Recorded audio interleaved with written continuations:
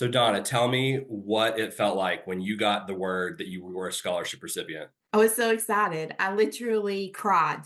I was on my way to my field placement interview, and community mental health has always been a love of mine. However, as we all know, community mental health doesn't pay that much. So I knew after graduation, since I went through the bachelor's program debt free, I knew I was going to have to take on about $23,000 worth of loans. Um, and as I took on those loans, I was going to have to look for a private practice or a hospital somewhere where it paid more money in order to get the loans paid off prior to being able to go to community mental health to work with marginalized people, which was the most important part for me. So, receiving this scholarship helped me to realize that my dream could come true immediately after graduation. So, it was really nice to know that I wasn't going to have to take on those loans, number one. And number two, that I could go ahead and start out at a community mental health place, which really supports my values as a social worker and who I am as a therapist. That's huge. That's huge. So in total, what was the value that you got out of the scholarship? What was the dollar value? Um, well, I'm not positive about the dollar value, but it almost paid for everything. I did receive like a small scholarship that paid for the rest of it, like books and things like that. But the total amount I did look up for grad school was $22,493.55. So between this scholarship and then also just a very small scholarship that I received from a local place, it actually paid for all of it. So I'm graduating debt free. Debt free. That is huge. That is awesome. That's awesome. Thank you. Why did you choose social work? Why do you want to work with this population? Social work, I'd always told myself I wasn't smart enough to go to college. And a therapist looked at me and said, "Why? Tell me why." And started giving me reasons why, including my own children being very intelligent and my family and things that I've said and done in the past. And so it really helped me to realize that, hey, maybe I'm kind of discrediting myself. So I decided after my youngest started driving, it was like, who is Dawna? Who am I as a person? Like, I'm a mom, I'm a wife, I'm all these things to everyone else, but who am I? So, started out in community college and went through that and graduated, top of my class. And then it was transferred. We actually moved to UT, or to Knoxville and to East Tennessee, and went to UTK. So graduated with my bachelor's degree and then did the 1 year degree for grad school. So it's was huge. And what was the other question? That's awesome. Now, why did you want to work with this population? Oh, Why definitely. why, why community mental health? Why public Yeah. behavioral health? So with the place where I'm at now, I finished up my internship just and actually gained employment. I am working with children who are traumatized. And we all know what happens with that trauma. I listened to someone speak one time a few months ago, and kids were able to ask him any questions. He was a former substance, have misused substances in the past, and the kids were like, what's the worst drug you've ever done in your life? And I thought, oh, this is a good one. Yeah. And he took a deep breath and said, trauma. Trauma was the worst drug I've ever done in my life. And I really took that to heart of trauma is the reason why a lot of substance misuse and things that we've got anxiety, depression, all of these things stack up because of a lot of trauma that you see. And a lot of the people that I work with are on TN Care and they're on insurances that you can't you, they can't find help, to be honest, like as far as a therapist. And then the therapist leaves. You've dumped all of your trauma in this person's lap and all of your childhood past traumas, and then they leave within like a few months. And it kind of leaves them with, where do I go from here? I don't know what to do. And they mistrust the mental health community. So for me, I start off every intake with a client when they come to our facility and say, I'm not going to judge you for anything you've done in your past. And it just bridges that gap of, being able to, yes, I want them to hold themselves responsible for the things they've done. I also want them to see that it's going to take a little bit longer. So, where somebody may have had an easier shake at life, and then you might not have. You might have experienced a lot of childhood adversities and traumas, things like that. So it's going to take, you're going to have to do a lot more work, but you can do it. So that empowerment is huge for me. And just making sure like everyone knows they're welcome in the space of therapy. So yeah, it's huge. What is one thing that stuck out to you during your master's program, or maybe in your other education along this journey? What's one thing that really stood out to you that you think you'll always carry with you through your professional career? I think it's been eye opening working with people. It's what you're taught as a child is, people want to use drugs. You can stop. You can stop at any time. You make this choice every day to not choose your children.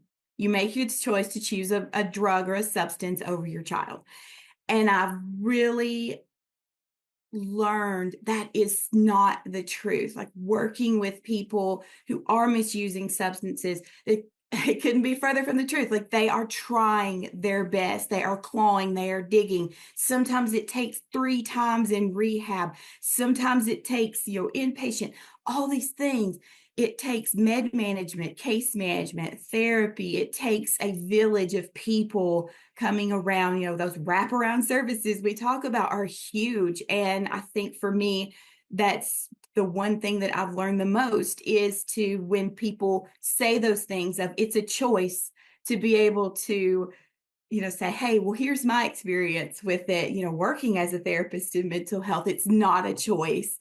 They don't wake up every day, and no one wakes up and says, I want to be a substance. I want to misuse substances. It's not normally what they say to me in those intakes and during therapy. It's, they just are reaching out for help. How proud is your family of you?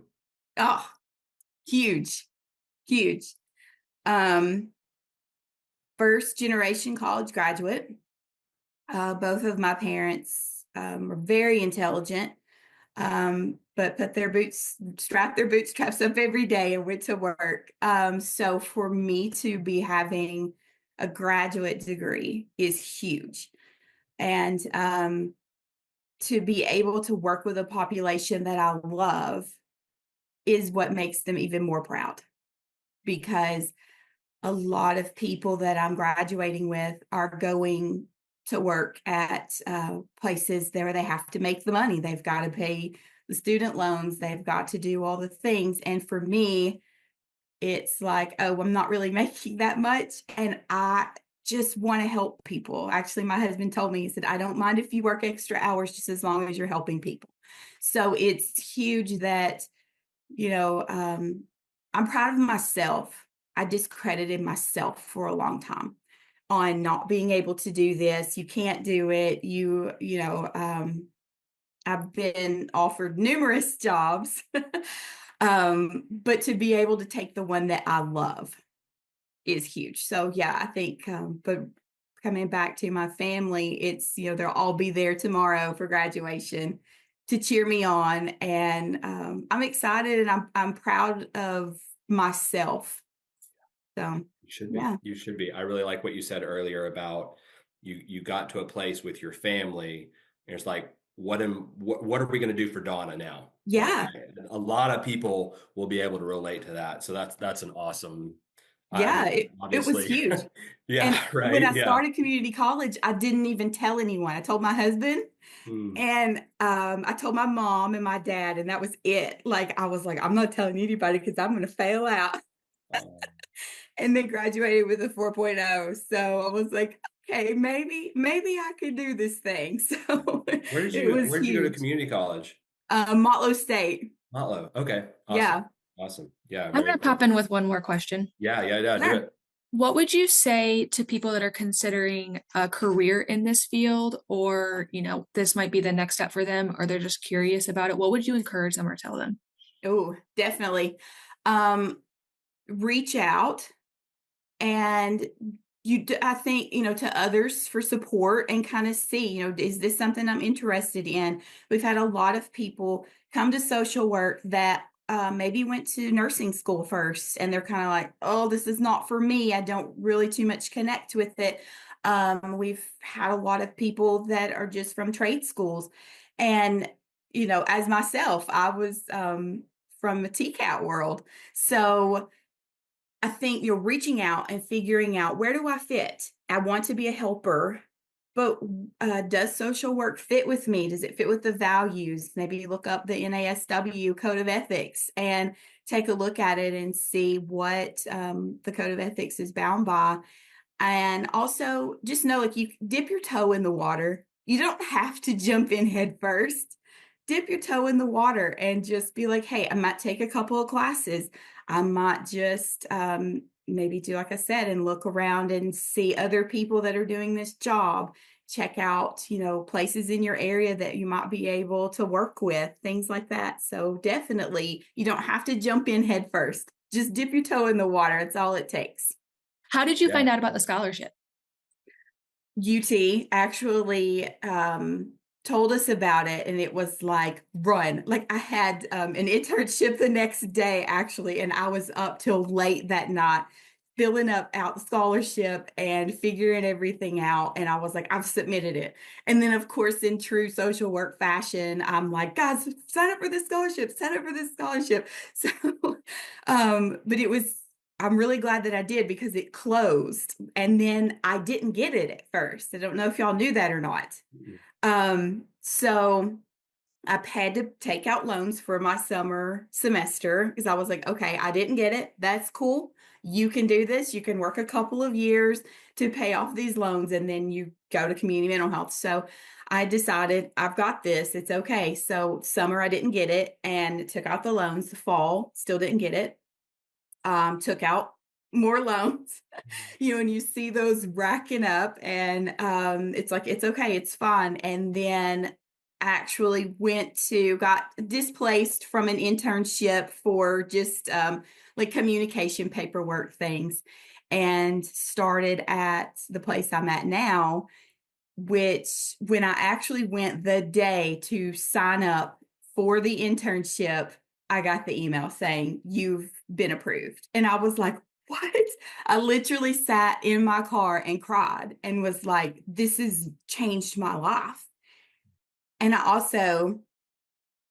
it means a lot to me that our government leaders see the benefit of mental health and that connection between mental health and physical health is there. We're starting to really ramp up and see that research being done. So for them to see how important it is, and to know, like, it's so important to me, was huge. So I got to pay off all the student loans and didn't have to take one for the spring. So yeah, it's definitely, it changed my life. I don't have any more questions for you, Dawna. You're a great ambassador for the program, Oh, thank and you.